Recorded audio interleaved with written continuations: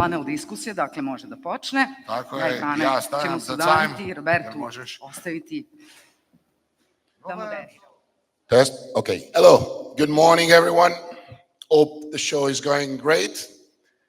And thanks to be here. My name is Roberto Licari. I'm a senior consultant. I work for multi-companies and I should touch multiple technologies. And the scope today for you is to listen three good friends and colleagues and try to pass you our personal company profiling experience about face recognition. I will just introduce the topic with three examples, and then I will ask my colleagues to support me on this. When we think about face recognition, we are in a world where we are going into the Big Brother direction. So face recognition is a fact, is a technology that will help a lot. But on the other side, a lot of people are thinking that we are using it too much and we are recognizing too many people and too many faces. When you go into the access control business, some experts said that in 5 to 10 years now, we will swap completely from fingerprint and credential to face recognition ID. That means every employee will have a face as his credential to enter in a building. And when I see LinkedIn or Facebook or all the other social, this morning there was a lovely experience.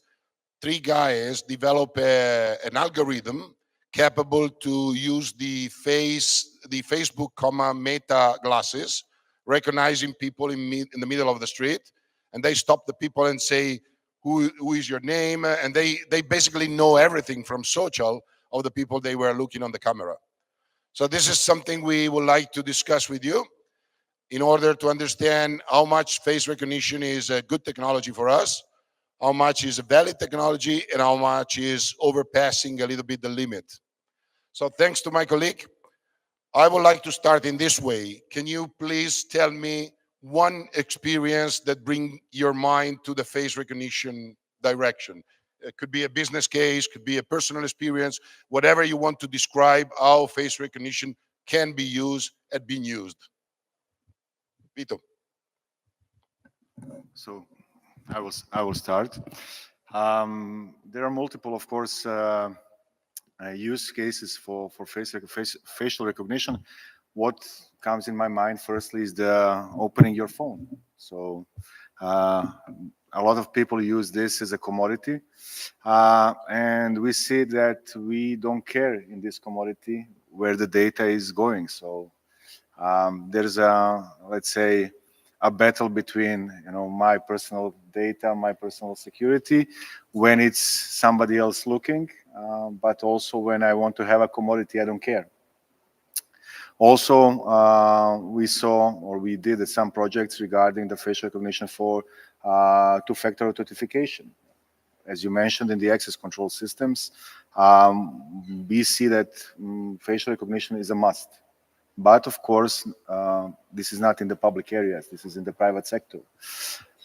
So yeah, these are the two, let's say, first things that come to my mind.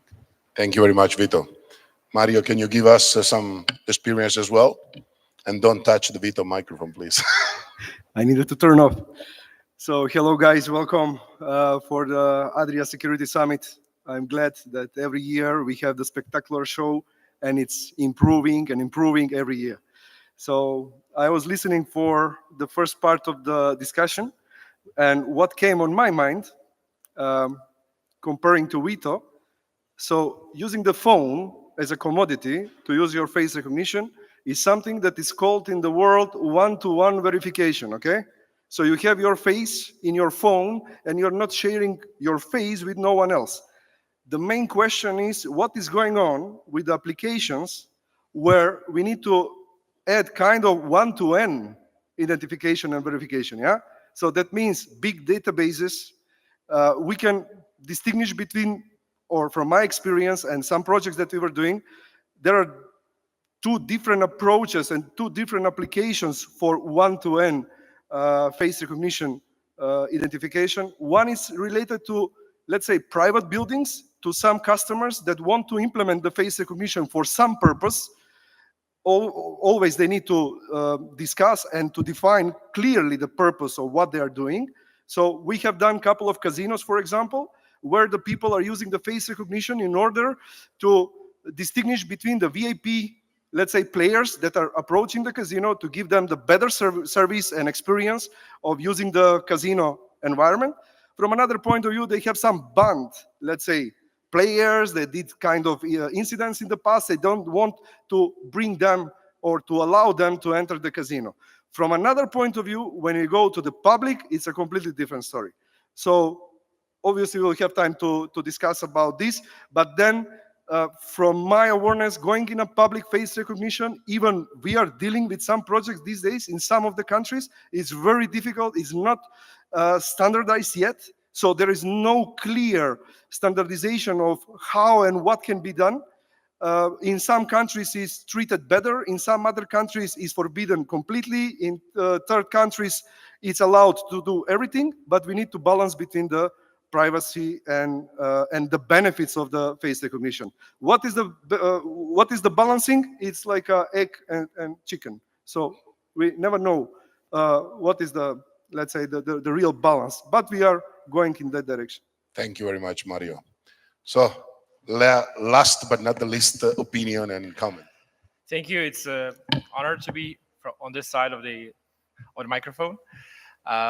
Since my two colleagues already used up the the topic, I would like to raise another question. Yeah, when it comes to face recognition in public places, we as a society are able to push cars or car owners to have a license plate, and we can kind of push them and enforce having a license plate and license plate recognition on the other side as a functional system. But can we push people not to wear glasses, not to wear face masks in order to recognize them, and to have the facial recognition in public spaces functional as a system? I think not. And actually this part, yeah, we can give consent with the phone, we can give consent with the laptop even, and with a lot of loads of photos of us, of our family, of our children on Facebook and other social media. But when it comes to this public security, most of the people are like, yeah, where it be stored, where this data will be stored, who will handle it, who will have access to it, what is the retention of the data, how long will it stay inside of a database. So these two things are something which comes up my mind. So can we enforce people not to have big sunglasses, face masks, burqa or whatever, so in order to be able to recognize them and have the system functional? And the other one is the silly consent issue with the people who are on one side, I would say a little bit hypocrite. So give consent on the social media, but don't give for the public spaces. Super, thank you very much. Well, we started in a proper way, I say. If I can recap and try to catch a couple of input from your answer, I would say it's a technology that will make our life simple. And this is a fact, or it's already done. I mean, it's on a phone, etc., etc. On the other side, there is a concern about where those data goes, who will keep them, we will save them, etc., etc. When I think to the technology, I would like you to bring your opinion about this. I see many sharing services that can implement their way of being with the people using face recognition. I'm thinking to car sharing, or services sharing, or entering in a place, in a library, for example, stay there 30 minutes, be recognized, and then pay a fee for the time you consume the facility. Do you think this will be a very close business for our technology? Let's start on the opposite way. Well, I would keep the facial recognition part for some high security areas. I wouldn't go for the library, my personal opinion, because it would go to the point where you have to have a big investment to equip any library or some area which is not so high security or contains some sensitive data or data center or something like that. So I think the risk and investment should be calculated, whether it's worth investing in such kind of technology for certain things which may, I don't know, give some other benefits to the public. And also the important thing, can we enforce that? Can we force people to have their faces open for facial recognition? Yeah, thank you. Marijo, what is your opinion? Yeah, Roberto, since, guys, we are not prepared for this panel. This is first time in my life we are improvising from the first moment. This is fun. So, but this is live, yeah, and this is Roberto style. So, yeah, I was not thinking about this. Your question is really, really relevant. If I need to give any comment from my side, I would say that commodity, in terms of the commodity point of view, probably the people who are, let's say, free to give their facial recognition and that they are living in this digital tech AI world, probably for this purpose, they would not have nothing against that. It will make their life easier. Now it is coming to the point of the security. So I want to distinguish the commodity about the advertisements, about the libraries, about the easy access to somewhere, comparing to the security issues. Finding someone that is the guy who did any kind of incident, is looked from the legal authorities. This is completely another point of view. For the commodity, I believe that across the time, as the technology is really, really evolving these days. So I remember, for example, I started in this industry, I don't know, 2005. So it's like 20 years ago. Even in that time, there were some kind of face recognition algorithms, and they were evolving across the time. At the beginning, they were pretty simple. Let's say they were measuring the distance between the eyes and the nose, and and the different points on the face. Today, with the deep learning algorithms that are really evolving every day. So now, even from the bad images, from the side views, from the shadows that are appearing on the face, still the algorithms can work much better. My point, why I say this, is that I expect that in a very near future, we will accept these kind of commodities where we are not really scared of. At the end of the day, if the criminal guy wants to go to the library, first of all, probably he will not accept to give his face, and he will not go to these places. Also, if you go to London, for example, or UK, today even the police is staying on the street with the cameras and taking the faces of all the people that are walking around. Okay, there are some, let's say, agencies for the human rights, they are protesting, but the police is not stopping doing this, okay? Only the good thing is that they have a big science everywhere that if you pass in that area, most likely your face will be collected and you will enter the facial recognition system. So if you are the criminal, you will not go in these probably places, yeah? So it's about the transparency, how and when we are using this. Thank you very much. Vito, to you. What to say that the guys haven't already said. In my mind, the first thing that comes maybe library, but in Croatia, I think we have gyms. I don't go, but I heard. So that use facial recognition for the commodity, of course. We have to distinguish what Marijo said regarding the security part and the commodity part, because even if you are trying to enforce any kind of technology, which is, let's say, working against you, we can see it in the time and attendance systems. This is maybe one of the easiest ways to do it. So if my company enrolls a time and attendance system based on facial recognition, I will be against it. And it's in the nature of every employee to be against it, because I want to forget my card sometimes. I don't want to be able to, when every time I pass that, the company knows I'm here. So we are looking for, ways to go around something. With facial recognition is impossible. Like Marijo said, in UK you have this collecting of the databases, etc. So if I'm using my face to go to the gym, I don't have to carry anything with me, I'm happy.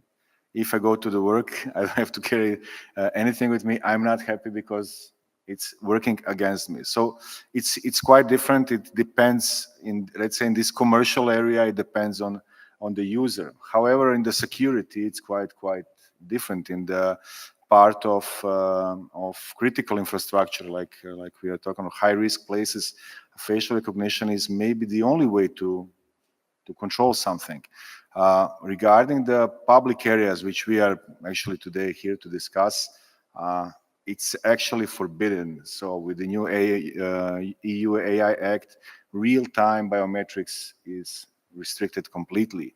We are not talking about post-processing afterwards. So when we use the images, videos, go through and roll it through some database to find something, okay, but in real time, it's restricted or forbidden.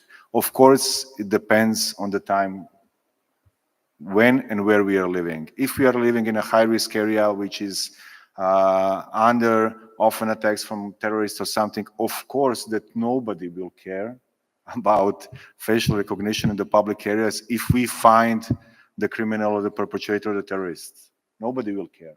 So it really depends regarding the commercial part, how we're going to use it, but also it's very important to know that if some small gym is using your data, where is this data going? So this is the idea behind the EU Act. So. Thank you very much. Maybe you want to add a comment to this? Vito just started what I wanted to say.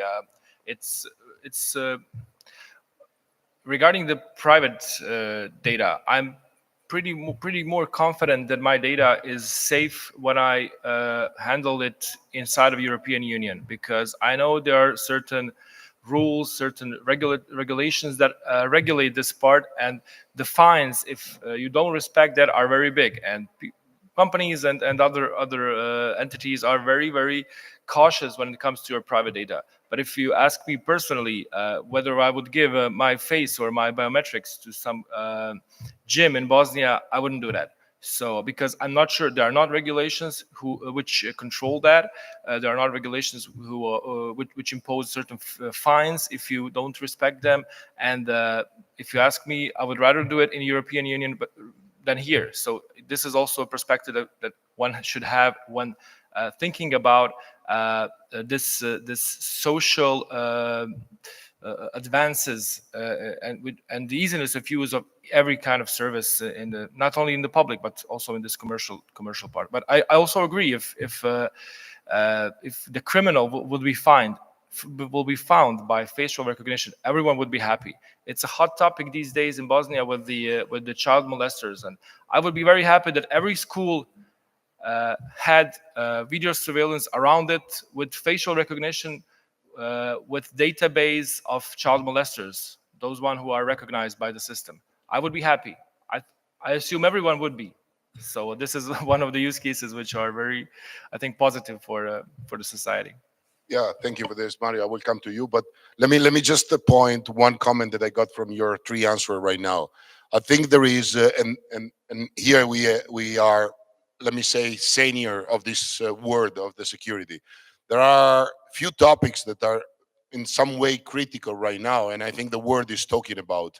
Because when you say school, you say university, etc., then we are going probably in the direction of our children.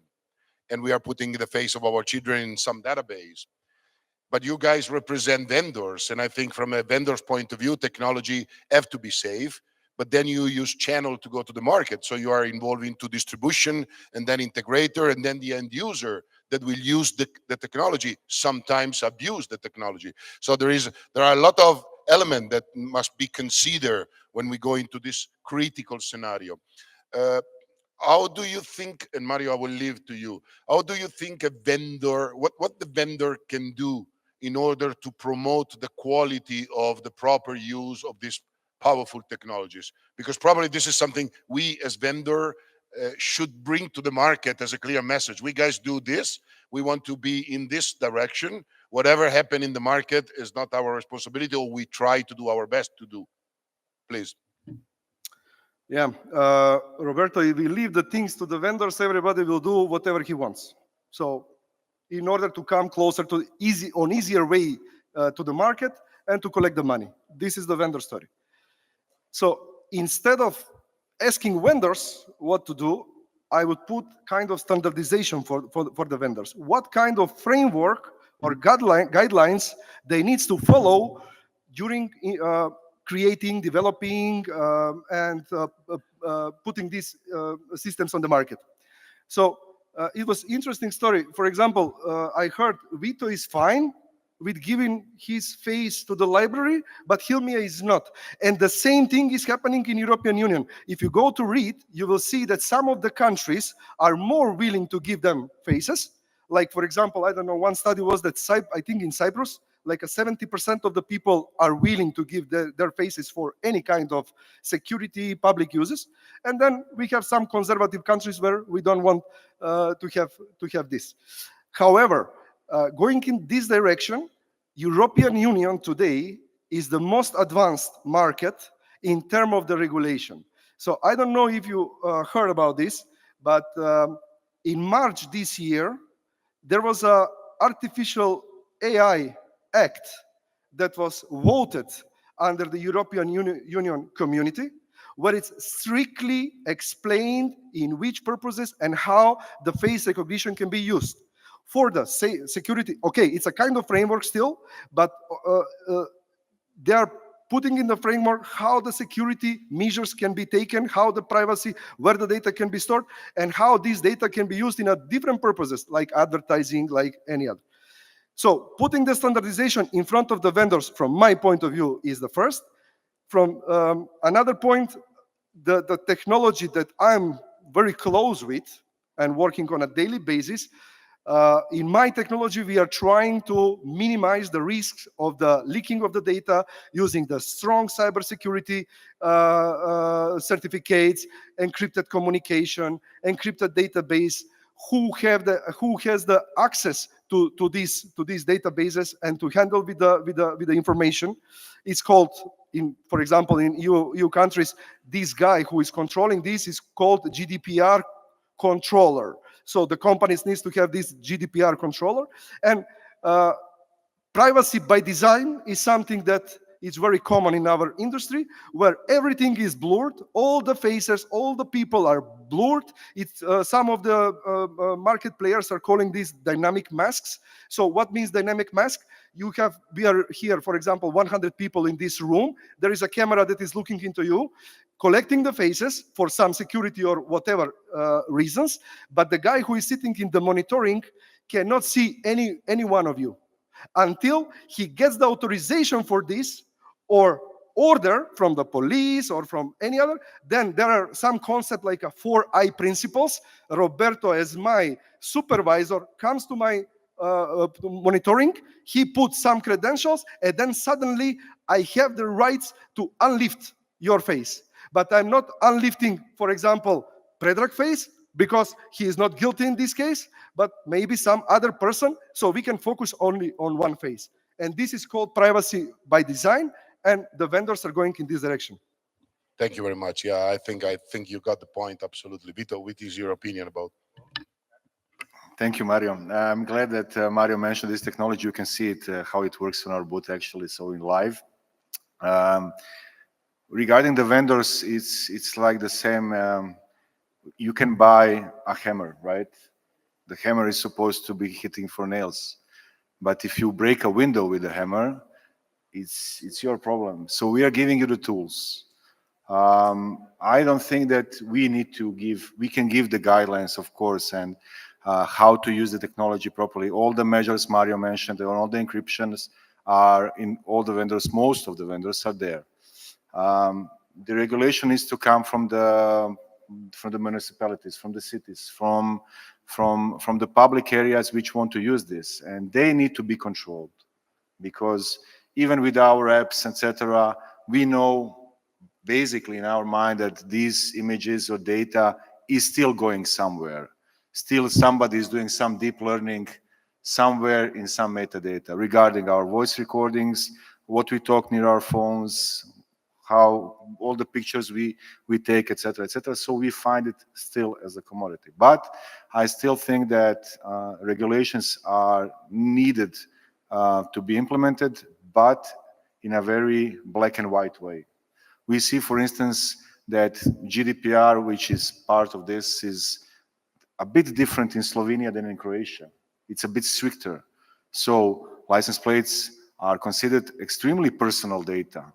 So if I'm a company, let's say a petrol station, and I have a lot of issues regarding the thefts of gasoline, I cannot implement an LPR system as is a legitimate interest of mine, because I'm losing money, I may be going, my workers are going into conflicts, etc., etc. In Croatia, we are a bit more free with, more flexible, because logic is that my car, I can lend Marijo my car, so it's not my personal data anymore. He was driving the car, he doesn't own the car, who cares, right? And this is exactly what I mentioned before when I say use it as a service. So be identified because Exactly. I'm using something. Exactly. So the topic is heavy, but I think that as we need to have strict regulations, how to use data, who is going to control the controller. So we need to see. We had issues. We discussed this. Not we. The world had issues with Clearview AI, which collected from legal or illegal sources data of, I don't know, 3 billion people or something like this, and was selling the data. I actually sold it to the Swedish police. So who is controlling this?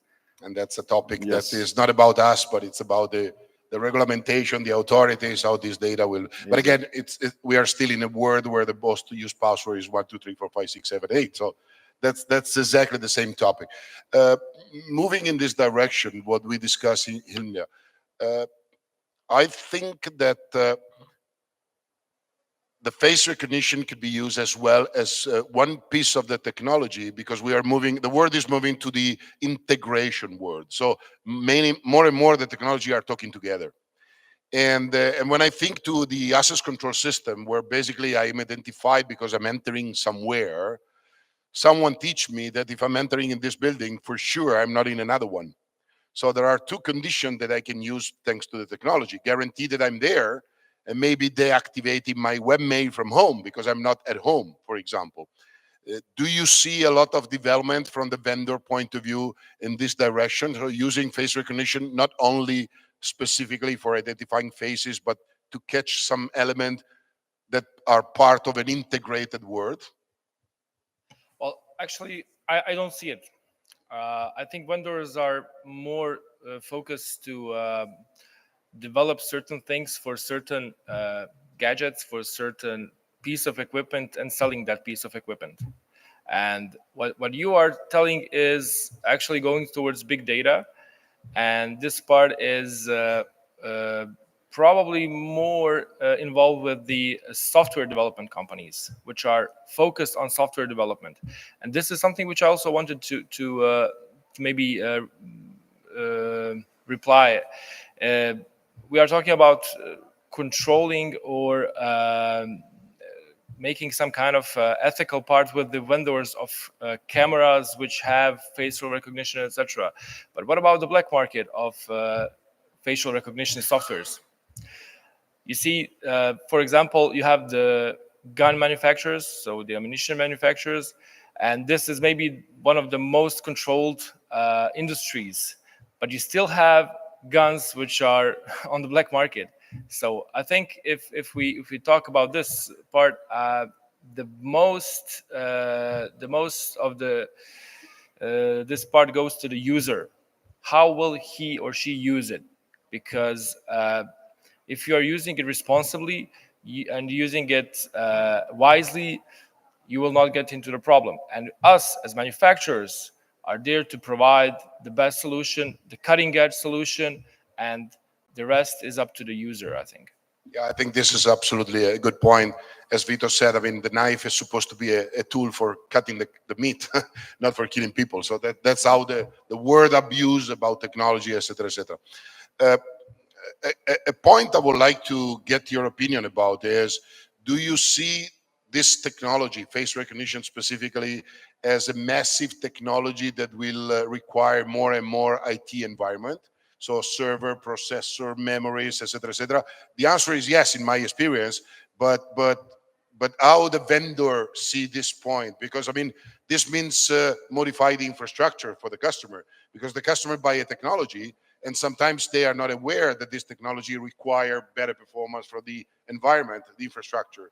Is there any double path indication from the vendor point of view to educate the customer about this?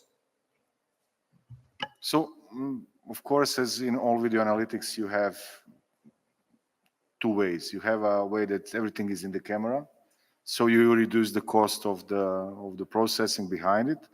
And of course, I think we can all agree that it's always better to have a server on the side. Doesn't matter it's in a cloud or it's in it's local. It doesn't matter. But yeah, infrastructure is key. Either way, there's a lot of data going on. I'm more fan of a server side. I do not have any limitation of anything. There I can do whatever, how big the scope of the project is. And of course, we need to see what we are doing with the data. Sometimes the data exported out is just metadata. It's just demographics. It's male, female, years approximately, etc., etc. But also we see that, like we have also placed let's say a camera door station on our booth, that you can have everything inside. So it depends on the architecture. Of course, if you have a camera, you can be taken off with everything inside, but the server will be remained always on that place. So it really depends on the architecture and how it goes. For sure, data is getting bigger. For sure, we need to have more processing power behind it. Either way, because the requests from the customers are getting bigger and bigger as the technology is evolving. Of course, we can see that, for instance, we were counting cars maybe 10 years ago. Now we do classification. Now we know it's not just cars. We know that it's a SUV. We know it's a pickup. We know it's a tram. It's a bus. It's a whatever. So we have classification. If we have 9 categories more than previous one, we have nine times more data. So it really depends on the customer what he needs. But yeah, the infrastructure is rising. Definitely. That potentially means more data center and then more energy consumption and blah, blah, blah. And everything is exactly the same. Yeah. Marijo, what do you think about, educating the end user about the infrastructure change? Because this is a topic, I think. When I go back in a time and when I consider how we were, or what kind of offerings we had 10 years ago, I would say that at that time it was even more difficult, even more resources were needed. So as the deep learning and CNN networks started to evolve and rapidly grow in recent period of time, I would say in last 5 years especially, now, for example, when I'm offering face recognition for up to 100 cameras, I'm using only one server. So you can imagine, 10 years ago, I needed 100 servers. Today, I just need one server. So as the things are evolving, obviously we need more resources. This is fact. But the things are getting done in a more optimal way. So the resources industry is trying to reduce. And I want to come to another topic about where the server shall be.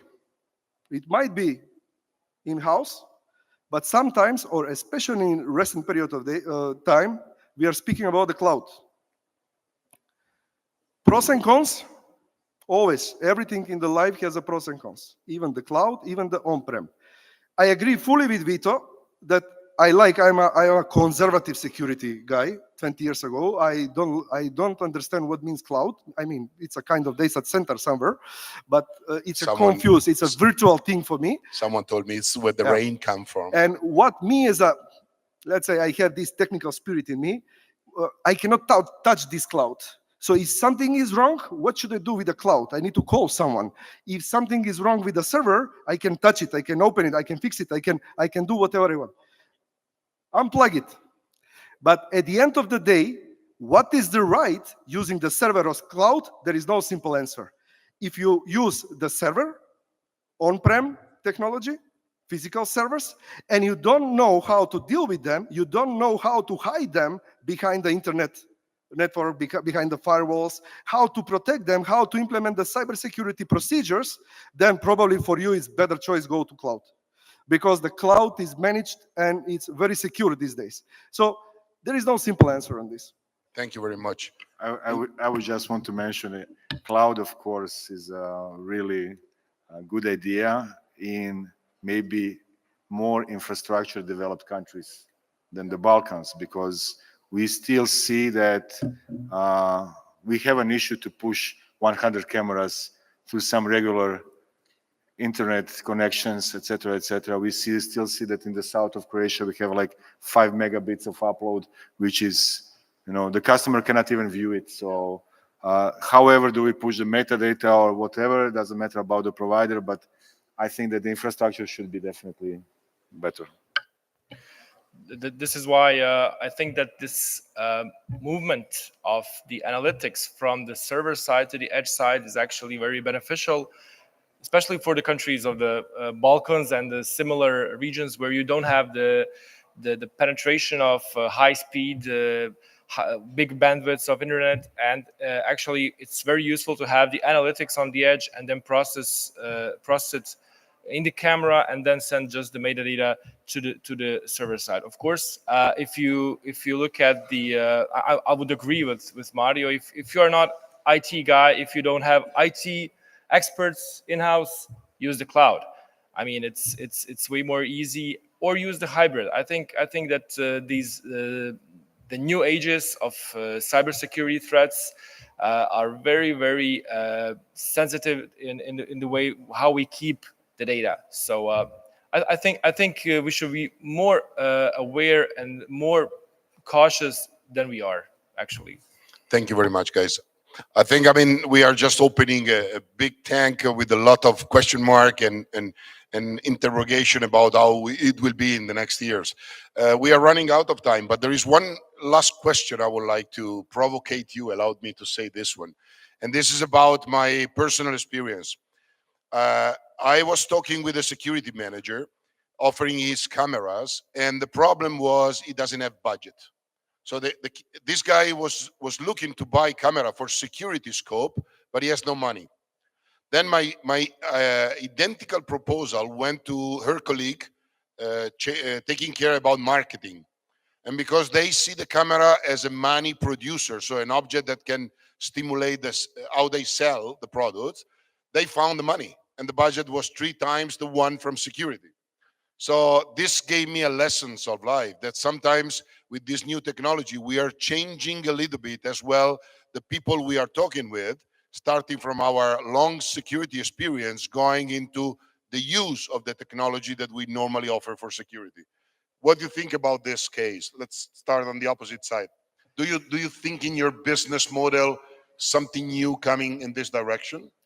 Actually, we live in an area where a company owner who has, I don't know, company worth of millions, manufacturing machines which worth millions, is ready to invest into a highly luxurious car and invest loads of money in buying very, very expensive car. But when it comes to protecting the source of earnings which he bought the car with, then he is very cautious of spending every euro for that. So I think the mindset is very difficult here at this market, and this is something that we should, as manufacturers as well as our partners, which are dealing with the end users, at the end of the day, should address more. Talking about what's important for those company owners, for those end users. Is it important to to look good with your neighbors, or is it important to keep the gold in the safe place? To be there tomorrow morning, Yeah. Marijo. Yeah, Roberto, very shortly. So I fully agree with you. Evolving, using AI, artificial intelligence overall, including the facial recognition, is opening completely new perspective of doing the things. So it's not only about the security. Today, with the AI, with the face recognition, for the marketing purposes, they can catch how many women, how many men. So if there is a retail store, they can focus some products, especially for the different genders. They can measure how much time the customer was staying in front of some, I don't know, whatever, marketing display, whatever. So it's opening plenty of new potential business, not only from the security perspective. Yeah, thank you. Vito, you are the last to close this topic. So regarding your case that you mentioned, it's quite similar what we experienced, especially in the municipalities. We had in the last year a lot of EU funds that are pushing for, let's say, traffic monitoring, but as metadata, as just, let's count some traffic. There's no EU funds for security. I'm not talking about critical infrastructure. Let's say a small town somewhere wants to put 10 cameras. There's no EU fund for that, but they can spend 10, 20, 30,000 euros for a camera that's going to count the traffic. So this is like, this is a public area, but also it reflects to the case you said. So for marketing budget, yes, because it can earn us money, but like Hilmija said, not protecting the source of the money where you're making it. So it's very different. Our business model locally is a bit different than the classic, let's say, vendors. You can ask about it on our booth, definitely, because it's a bit different than the others. So, well, very welcome to ask us. Thank you very much, Vito. Tempo, amico mio, andiamo. Yeah, I'm closing. So thank you very much for my guests have their booth, so you can visit them and talk to them and go deeply into the topics. I hope it was interesting to think differently, and thank you for the attention.